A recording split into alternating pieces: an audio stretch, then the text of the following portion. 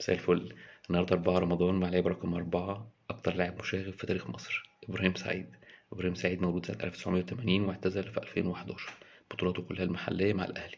بطولاته مع المنتخب واخد 2 كأس أفريقيا مع المنتخب، واخد 2 دوري، واحد كأس سوبر، واحد كأس سوبر أفريقي، واحد دوري أبطال أفريقيا. اتنقل كتير إبراهيم سعيد، كان مستقبل في الاحتراف بره، بس أقول لكم اللي حصل في الاحتراف بتاعه بره. لعب في الأهلي، لعب في إيفرتون، لعب في الزمالك، لعب في نادي اسمه ريسبورت في تركيا، لعب في أنقرة التركي، لعب في الإسماعيلي، لعب في الأهلي الليبي، وآخر حاجة كان في الاتحاد قبل ما يعتزل. لعب 165 ماتش، سجل 21 جون وصنع 15 جون. ليه ما لعبش في ايفرتون؟ ما لعبش ولا ماتش حتى في ايفرتون. كان احتياط، كان بيلعبش بشكل اساسي خالص، او ما بينضمش لقائمة الماتشات. اول ماتش ليه المدرب بلغه ان هو هيدخل التشكيل الاساسي ليه كان ماتش ليفربول، راح سبق شعر احمر. وده يعتبر الند بتاع نادي ايفرتون، فالجماهير طبعا غضبت عليه.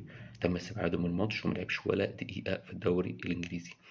بكرة إن شاء الله رقم 5، توقعوا من تحت في الكومنتات رقم 5.